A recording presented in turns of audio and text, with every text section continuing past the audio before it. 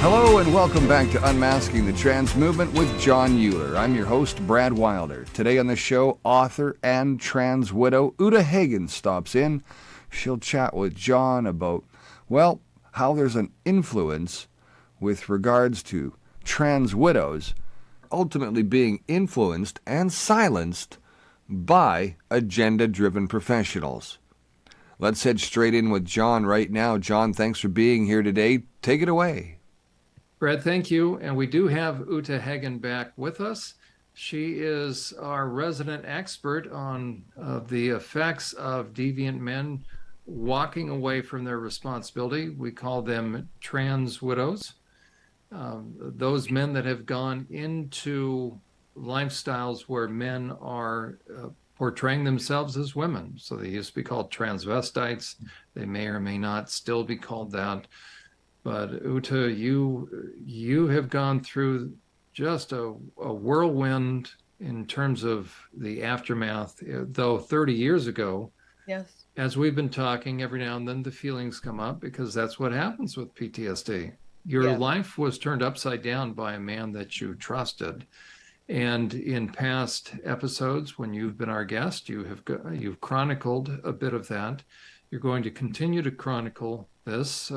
I recommend people go back and visit part 1 of this interview because you gave a good overview of what you experienced when you finally went to the therapist that was seeing, or you thought was a therapist, turns out may not have even been licensed, but you went to this professional that your husband was seeing, and you had a hunch that she was not being given the whole story. So you go and you found it was something other than a values neutral environment. She was very much kind of advocating on his behalf. So could you review, you likened it to, she kind of laid out scenario number 1, kind of tested the waters when you didn't go for that because she was trying to, in essence, suggest that you should be okay with this. And prior to recording, you had mentioned, and I would absolutely concur, that there's a big push to allow these guys to really fend off any natural consequences. Yes. And to paint them as the victims. So if they can stay married, and hence if the pressure is put on the wife, then they can kind of have their cake and eat it too. Yes. So give us a rundown again of, as you put it, door number 1, door number 2, because this was very sophisticated. It was testing your boundaries.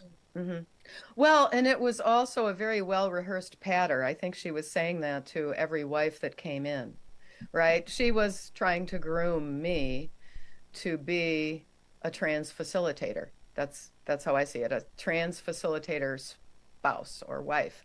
So first choice was stay with him and watch pornography with him and put on something called a strap-on now, or use some kind of sex toys.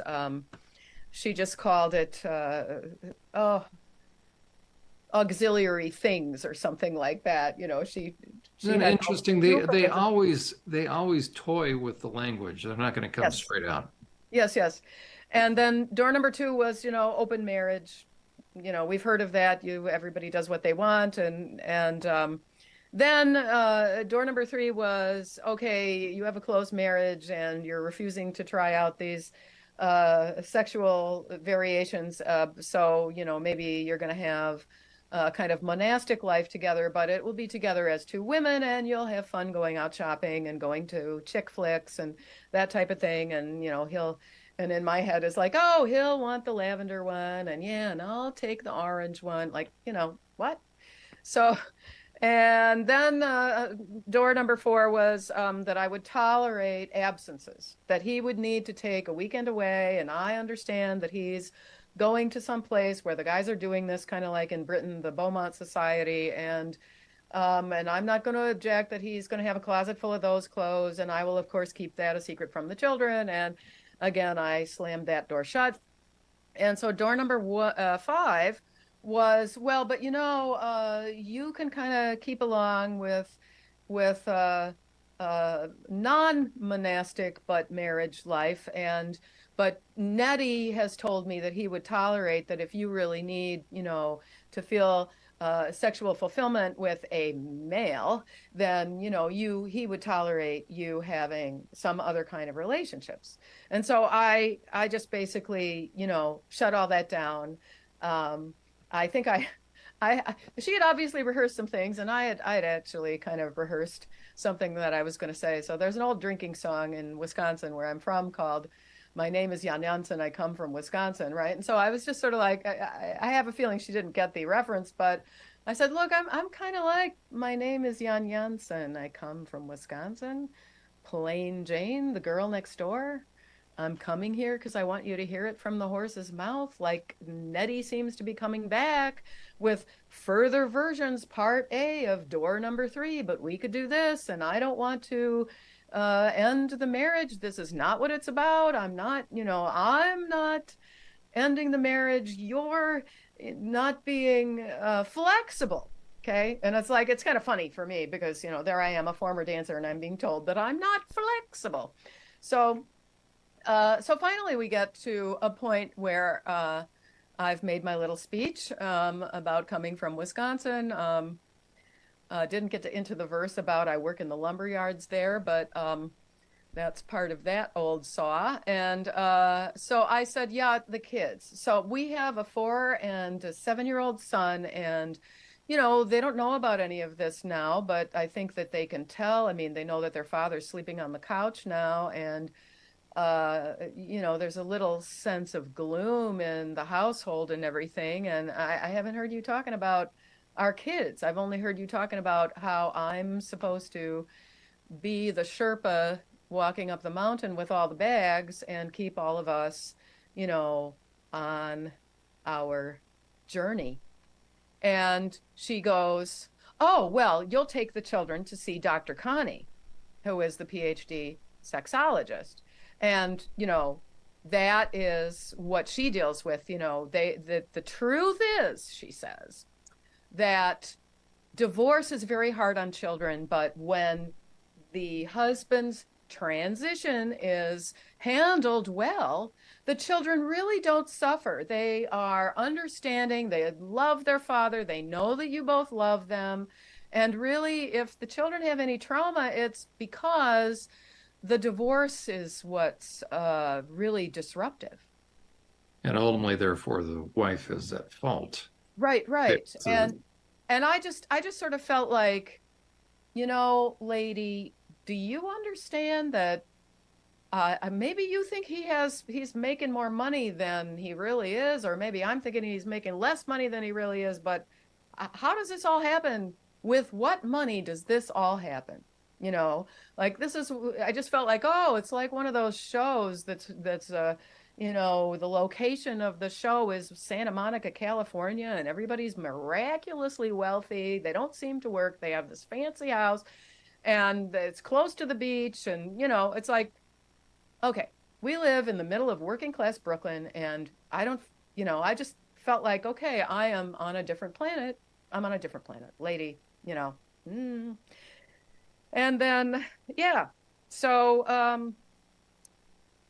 and the thing that I really believe is this fallacy that they have brainwashed themselves with is this phrase. I think it might be from Ray Blanchard, but maybe it goes from before him, is their very strong belief that what Nettie was doing when he was cross-dressing and wearing ruffly things and lipstick, going to gay bars on 8th Street in Greenwich Village, which I know from reading his diaries about it, they call that the true life test.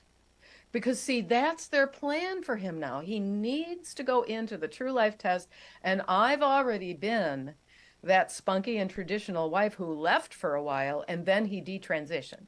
So, they don't want him to detransition because that's not in their plan for him. Now, this is my interpretation. This is not what they openly said, but I think it follows, okay? And it's only so, really... So the wife is supposed to just tolerate this for 2 years. Well, see, I didn't know that I was tolerating it because supposedly he had detransitioned. He grew a beard. That got shaved off about a year later, but he, you know, wasn't.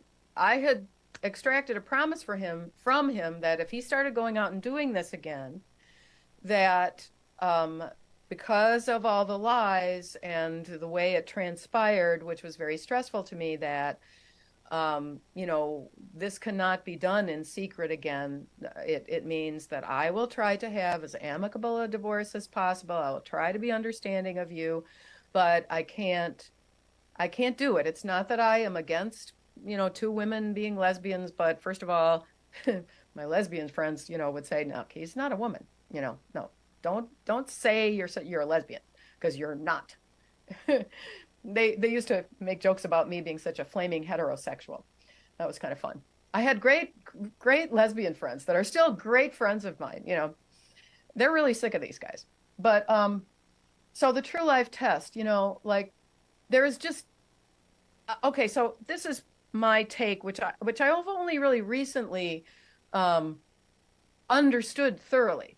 And this is this thing. Whenever you've had a trauma that's 30 years ago, but it's a real trauma, every once in a while there's this telescope back into the past. And it's not just a telescope, it's almost like a magnifier, and you're seeing some small detail big, right? And the small detail that I saw big was when recently I read this article by a homosexual man who was really writing how sad he was that homosexual culture is kind of being cleaned up, he thought. It's being cleaned up. They don't want kink at the gay pride parade. It's just, and then he wrote a description of what happens in the gay bars and how men are actually walking around in a bar, which is a public place as far as I can tell, but they're going around with like no pants on, or they're doing things sexually in what is known as the ladies' room, but God forbid that a woman walks in there and has to go to the bathroom. So I'm starting to understand that perhaps what Nettie was doing when he was dressing up and going into these bars on 8th Street is he was watching live sex shows. That's kind of how I see it. I don't want to denigrate, anybody who's homosexual or whatever, but it's a gay bar. It's like a gay bathhouse. Well, see, that's what I didn't understand. Yeah. No, these are as vile as they get. They're I guess urinating. They call them golden showers. Listen, multiple partners in one night. Yes. And so, Nettie always claimed that he wasn't physically unfaithful to me. It didn't really make sense because there was a couple of instances where men kind of interacted with him in a way that made me think they had, some kind of sexual encounter or something, just looking back with 20/20 hindsight. But I'm really realizing. In fact, Ute, they don't even hide it anymore. There was a video, a music video, a famous degenerate now. Oh, right. Smith. Right? Yeah, Smith. Yeah, Sam Smith. Okay, yeah. You're right. And it shows what they do. They Yes. show golden showers in this. Right. They're on the open with it now. Right, I guess so. So this is the thing is, Nettie kind of swore up and down because we were in New York City in the 1980s at the height of the AIDS crisis. Teachers, my dance teachers, male dance teachers whom I loved, went way downhill and died of AIDS. 2 of them. I mean, like I was very affected by what happened, and sometimes I kind of wonder, maybe deep down, he's simply a homosexual man and he couldn't face that. And he was always also afraid of becoming a part of gay culture because of AIDS or something. But so I remember he said, I'm not going to bathhouses. I don't want you to think that I'm, and it was sort of like. Yeah, because he would have too much integrity for that. Right, exactly. You have to trust him. Trust his words. Yeah, and it's like, he took advantage of the fact that I had had a very sheltered upbringing, and that I didn't bother to ask. I had several lesbian friends and several gay male friends, but I didn't ask them about what they were getting up to in their intimate relationships. They all knew that I was this married person who doesn't believe in affairs. And, I still think that that's really the best thing. If you really can't get along, maybe you have to get divorced. But, I'm, no, no. And to me, what he was doing was the equivalent of being a bigamist, except sort of in a way more dangerous to me, right? In terms of what he might bring home. Now, our sex life was very few and far between, but still, it wasn't completely the desert. And so I was put at risk, for sure. I was definitely at risk of some kind of STDs. So, but, I keep on circling around to this fallacy of the true life test.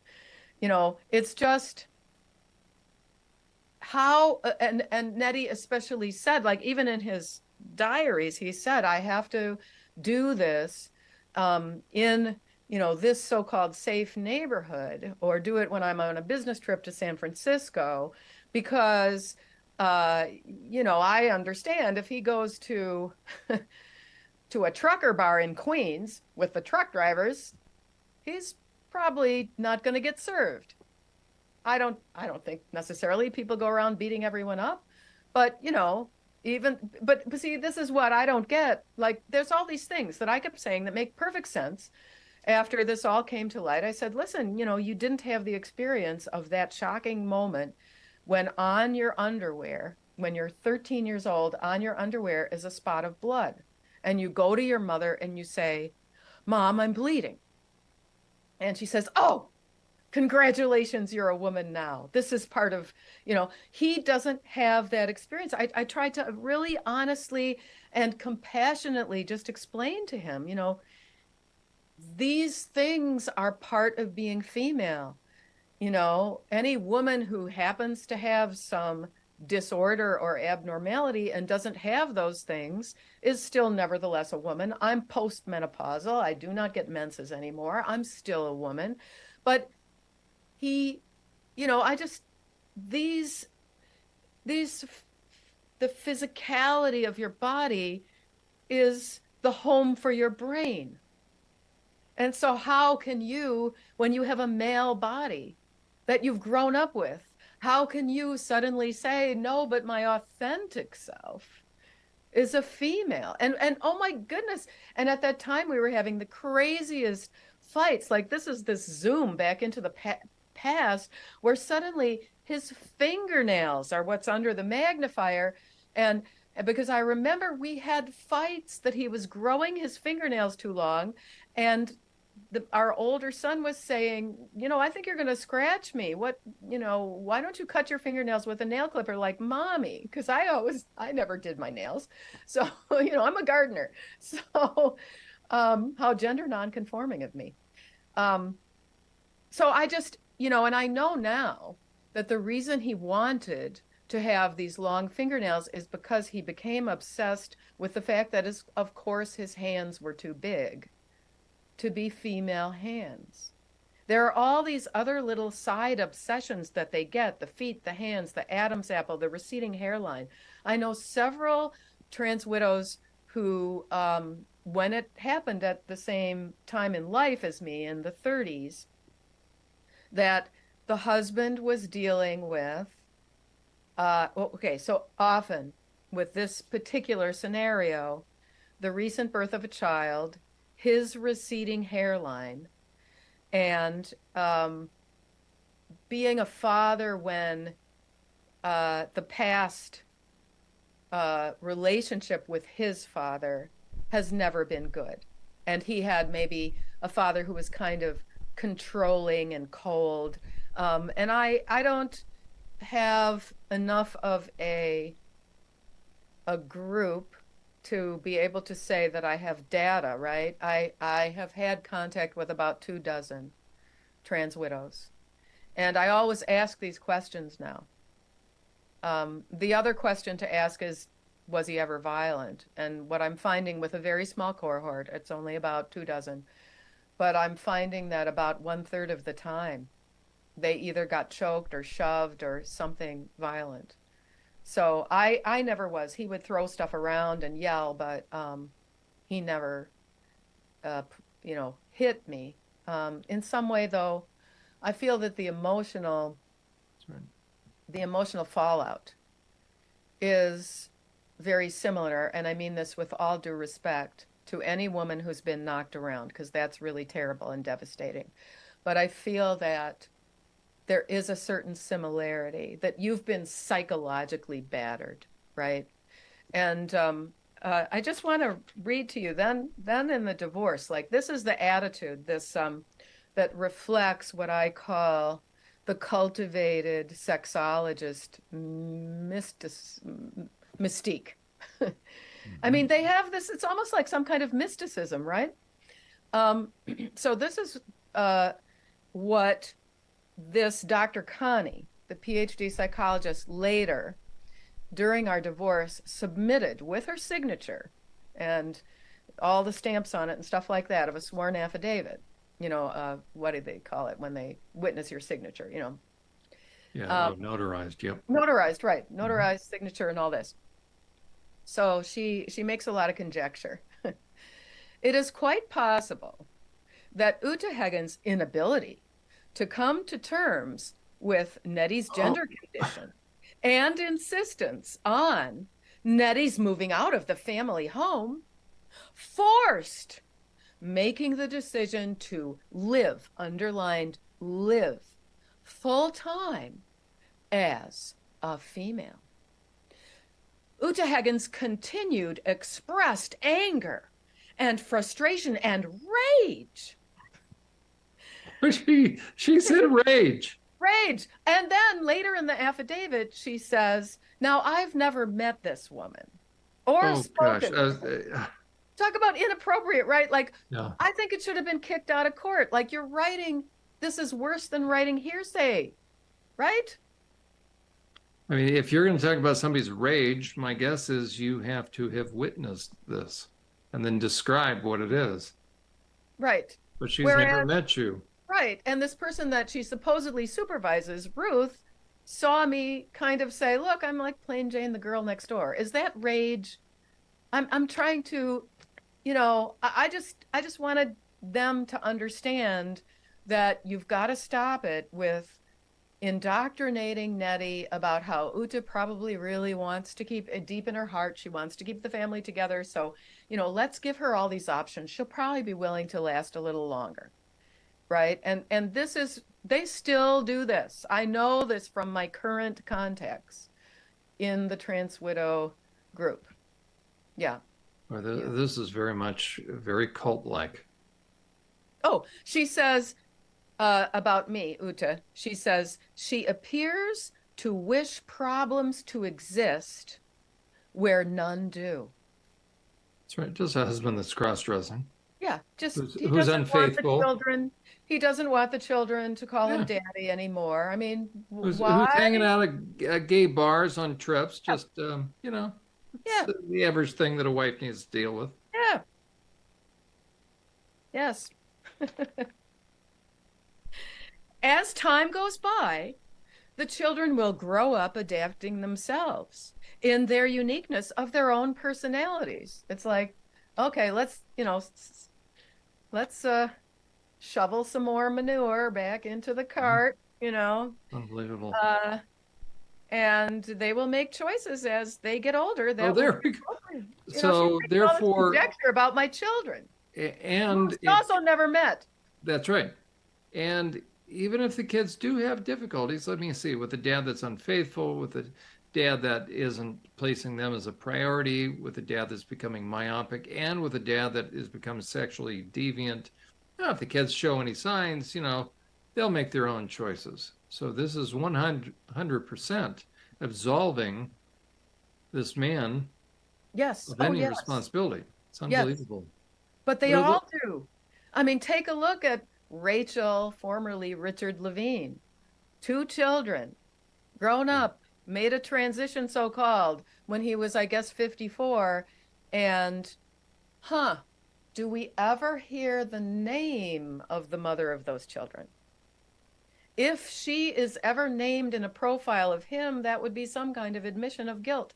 So Dr. Martha Peabody Levine is never listed. She happens to be, I think, a pediatrician who is an expert on girls with anorexia. Wow, right? And as soon as he came out, the divorce happened, but they're both doctors. I'm like, okay, so they had money. Right? Wow. But we don't know if, we don't know how much she helped him to go through medical school or whatever, And then there's Dr. Marcy Bowers, the famous one from the Jazz Jennings, travesty, who did the first operation and then is very quick to say didn't do I'm not responsible for the follow-up operation. So that person is formerly Mark Bowers. That's right. So Mark Bowers, who decided to transition, now goes by Marcy. So a guy still has XY chromosomes. Last time I checked, it made that really questionable, and a number of people have pointed out, as well as I have, questionable comment when after the failed surgery again for Jazz at the time, where it makes a little flippant comment like, "Oh, here, I'm going to need to take a picture of this, but you've had more photographs of this area of your body than most porn stars." Yeah, really. Like that's going to come to the mind of any normal individual, let alone. Okay. So I believe Jazz was a minor at that time, or still, right, 16 or something. Yeah. Okay, yeah. there. Right. And so the thing is, what's really amazing to me is that Dr. Mark Bowers is from Wisconsin and was going to the University of Wisconsin in the late 70s, majored in, I think, biochem. And we probably passed each other in, the building where they make the wonderful ice cream or something like that, in the ag building, Babcock Hall, where the beautiful ice cream is, And he married and had 3 children, has not legally divorced from Anne, the mother of the 3 children. The only thing he ever says about her, without saying her name, I had to do some deep research to even get her name, is, well, we're like sisters now. So Marcy Bowers, formerly Mark Bowers, the guy with XY chromosomes that did the surgery on Jazz Jennings, he's never divorced from his wife. No. Unbelievable. He lives in Seattle. He left 3 kids. Apparently he, again, maybe was in his 30s, maybe late 30s when he transitioned after their 3rd child was born. Like, the poor mother probably didn't have a chance, to even be totally finished with being postpartum, right? So that's another factor that they have these ideas. And Shoup, that you've had some contact with, also made the statement once that he thought he could be a better woman, a better now you just referenced James Shoup. I don't know the name he goes by now. Elisa Ray. Okay, who transitioned and detransitioned, now is supposedly back playing as a woman, although he still has XY chromosomes. But he himself, in a sworn affidavit, said he was molested and got heavily involved in porn. Those were the 2 of the significant contributing factors. He also says that he was bullied, but molested and pornography, that's a theme that you see with these guys.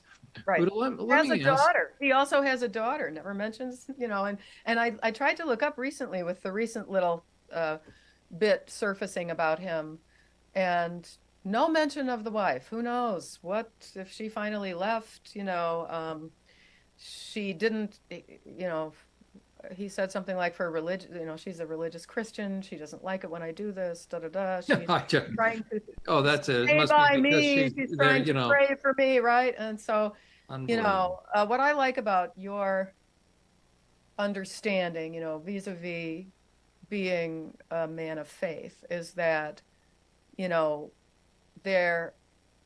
there has to be the option of divorce in some cases, because a woman cannot just tolerate everything and put all of her put all of her effort into praying for healing. I do, I pray every day in Hebrew, and I love being a faithful woman. I have a very sort of simple sense of it, and streamlined. And I don't ever want to diminish what prayer can do for anyone. However, it's you can't pray this mental illness away. This is just, especially if you have kids. So I really feel for any woman who's really stayed in there in the trenches, and I think I always recommend that you're going to need to get out as soon as you have the first signs of this. You have to start making your plans, because, it was presented to me like, look at what I just read about my decision that I'm not going to stay with, choices 1 through 5 somehow in this marriage. In the words of this, fancy high muckety muck psychologist, she's saying that it forced him to make this decision. Now, that is just a real contradiction in terms with the whole concept that this is an inner anomaly, I guess, a developmental anomaly of the brain and personality, as apparently what they're saying, that is not due to any outside forces. But then Like she that. says, when it's convenient for her, she says, no, it was the wife. She wouldn't tolerate Yeah, it. She wouldn't try I this, tell you that, what, and the other thing. Udo, the one thing that all of them, all Yeah. sexologists will minimize is the danger of pornography, is the involvement, the influence of Oh, pornography, where it turns, and this is where my background as far as working with deviant guys. Okay, if a guy gets into pornography, and so first of all, let me be clear, because I always hear from the naysayers and the predator apologists. Oh, there goes Euler talking about porn again. No, what I yeah. talk about is this: the issue is sexual deviance, Hmm. as far as just men in general. That's what the concern is. Once a man becomes deviant, he is changing into the potential of a predator, but he is solely myopic and self-centered at that point. Hmm. You add porn and the internet, and ever since the 80s, you're not going to find any guy that has perpetrated a sex offense that was not deeply steeped in pornography prior to offending. And 100% of all child offenders, men that have harmed children, are deeply steeped in child pornography prior to offending. How do we know? Because look, what's 100% of them have images found on their electronics Yeah. or on their online histories. So Right. it is a misnomer now, ever since the 80s, and since we're in the year 2023, Hmm. the reality is this: any guy that starts to cross dress, Yeah. prior to cross dressing, he's trying on women's underwear. And the question is, are those underwear that underwear that he's purchased, or has he stolen that underwear? Yeah. Okay, so nobody knows, but I'm Hmm. here to tell you any guy that's dressing in women's underwear and drag, he's deeply steeped in pornography. So you have a man that is being mentally unfaithful. And what I say to wives is this: you give a guy about 6 months at best, but begin to prepare to move out. Yes. Rare is the guy that turns it around. Why? Because he's made an altar of his own, altar out of Exactly. his own self entitlement. It's all about him. It becomes Hmm. myopic. He becomes narcissistic. You encountered that these men, it's all about them and their needs. Well, the reality is this: adulthood is not about me and my needs, and being a spouse and being a parent is not about me and my needs Oh, anymore. It doesn't mean we just eke out an existence where we just grin and bear it. That's silly. But if I end up suddenly feeling as a husband that I'm feeling that my inner heterosexual self really wants to go out and date. Well, guess what I get to tell my heterosexual self? Like, too bad. That's what I get to tell my heterosexual self. No, Right. I made a promise. So Right. Yes. the way to grow as a person is not to give into or give license to or give allowance to selfishness and immaturity and a Yes. lack of integrity. It is to raise the bar on character development. And you have been on the receiving end, as well as all these other women Yeah.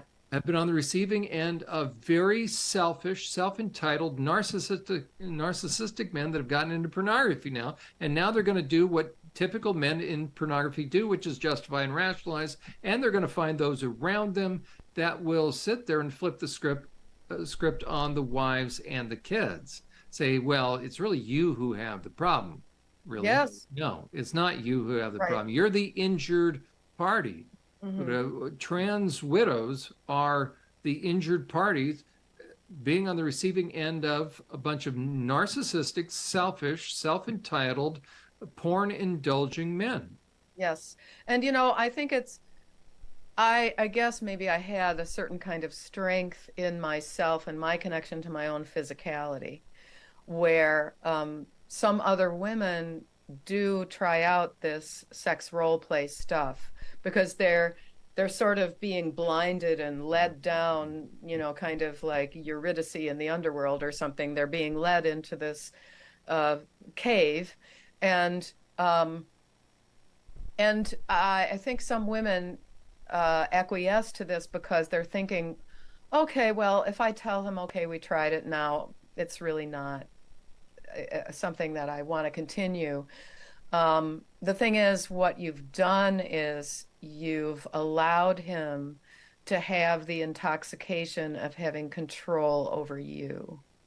And he's not going to want to let go of that. It's all, I'm wondering if later, 20 years from now or something like that, if this particular cross-dressing phenomenon and so on might later be categorized as a subgroup of OCD, of obsessive compulsive disorder, something like that. And, I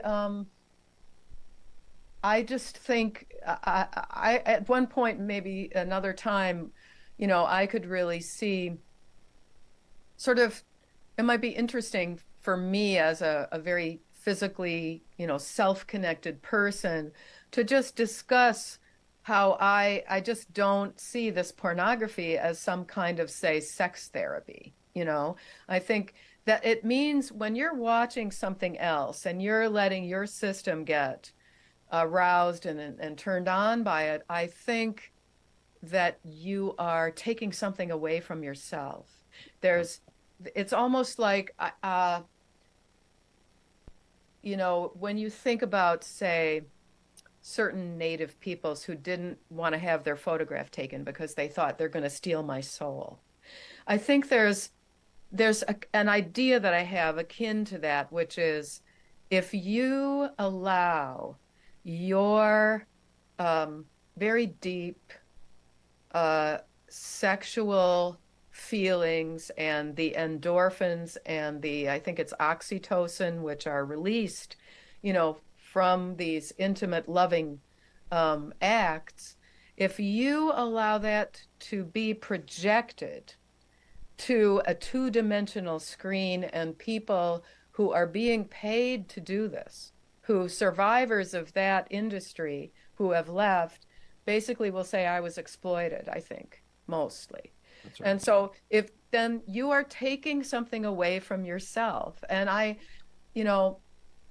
feel that we people who say that I am a woman of faith or I am a man of faith, then when we talk about this, when we talk about our soul or our, mind-body connection or something like that, I feel like people outside of it who are very strong secularists, they often try to pigeonhole us as being just very controlled, small-minded, religious people who categorize everything very strictly, and sex is bad, and that's what we think. And I certainly wasn't raised by that way. And my mother was from an actually a pietistic Lutheran religious sect that came out of Norway, the Haugians. And I wasn't taught that way, but it's what we're saying, I believe, is that I don't see that as healthy. That's not healthy. That's going off into an unhealthy turn in the road. And so, that's I I feel like we have to actually have very almost clinical, frank, uh, with candor, discussions of sex and what we understand it to be. And, um, I think my mother would have called it a gift from God. This is one of the gifts from God that we have, of this beautiful feeling, and don't misuse it, right? But if you are a secularist, then I think what you should do, this is how I feel about the female sexual response, is okay, it's a gift from evolution. You can thank Darwin for it, okay? Because, we evolved to have to gestate a child for 9 months. And so our bodies have given us this sexual reaction that makes us want to go ahead and, do the thing that's going to get us pregnant again. You know what I mean? Yeah. So, in some ways, I think it's kind of important for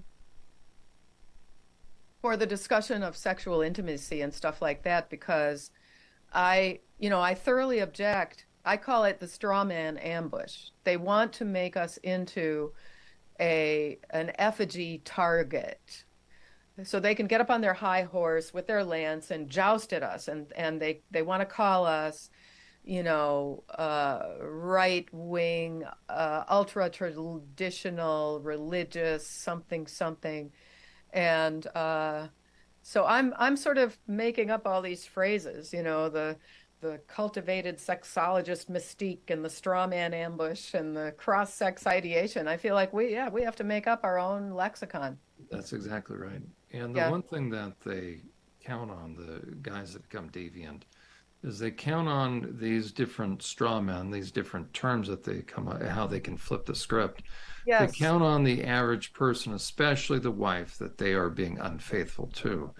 Mm-hmm. They count on them not understanding what happens within the heart of a man who becomes deviant. He becomes truly different, and not just separate from his soul, as it were, but his soul is changing into that of a predator, very much objectifying. And when that happens, he is leaving any semblance of humanity. But here's the tricky thing. He's okay with it. And that's the issue that women really need to understand. So if you placate a man and you give him more time, once and this is far beyond lust, but once deviance has taken hold, there is no reasoning with that. And all you will do is continue as a wife. You will just continue your own pain by not having boundaries. So boundaries are the key to this whole thing. And once again, we're going to have you back, because there's so much to talk about, including the effects of the kids. You had to live with that. You're still living with it. Yes. There's so many different scenarios. So thank you once again for being our resident expert. I would not have wished this upon you. Well, but there's certain things that if you go through it, you've lived it. And I know there are some people that want to say that, well, the wives, it's just third party information. They're not as close. No, you're in the trenches, you're living it. And these guys have gone on their merry way, so to speak, or they're now living their lives, but you're still left to pick up the pieces. So this is firsthand information as far as the and what I want to point out is that the sexologists who are so dismissive of women, such as Ray Blanchard, saying, oh, well, the women don't like it, or the wives don't like it. I think that's an exact quote. Oh, the wives don't like it. That is just so dismissive, unprofessional, and it is a part of female erasure. They are erasing us for the purpose of this guy to do his thing and get his kicks, because it's the drugs of the endorphins and the oxytocin. That's the hit that he's seeking. Yeah. Is the really, it's like a drug reaction. I've understood that. I've never done any illegal drugs, not even smoked pot, but I've understood that heroin, the effect of heroin is similar to oxytocin, the natural chemical in the body that happens when you breastfeed a baby or when you're, in sexual orgasm or other pleasurable experiences. So I think that's what it is. And they're going for this because they're missing something else in themselves, and that's the work that needs to be done. That's right. If there's any hope for the guys. If not, it's just straight up, they're into pleasure. They've made an idol of their own self-entitlement. So yes, yeah, right. Ute Heggen, you're great. I appreciate you so much, and we'll have you back we'll pick up at this point. Right. Well, thank you so much. And Brad, as always, thank you. Thanks, John. Still so much more to come with Ute's story as we move forward. Looking forward to having Ute back on the show sometime real soon. Until then, hey, you can check out all of our episodes online at our BitChute channel. Head over to bitchute.com, search us out at Unmasking the Trans Movement. You can also head to our website at unmaskingthetransmovement.com, where we have all of our episodes there too, plus resourceful information to help parents, grandparents, and children alike. Till next time, remember, it's not your kids' fight, it's our fight. I'm Brad Wilder. We'll see you soon.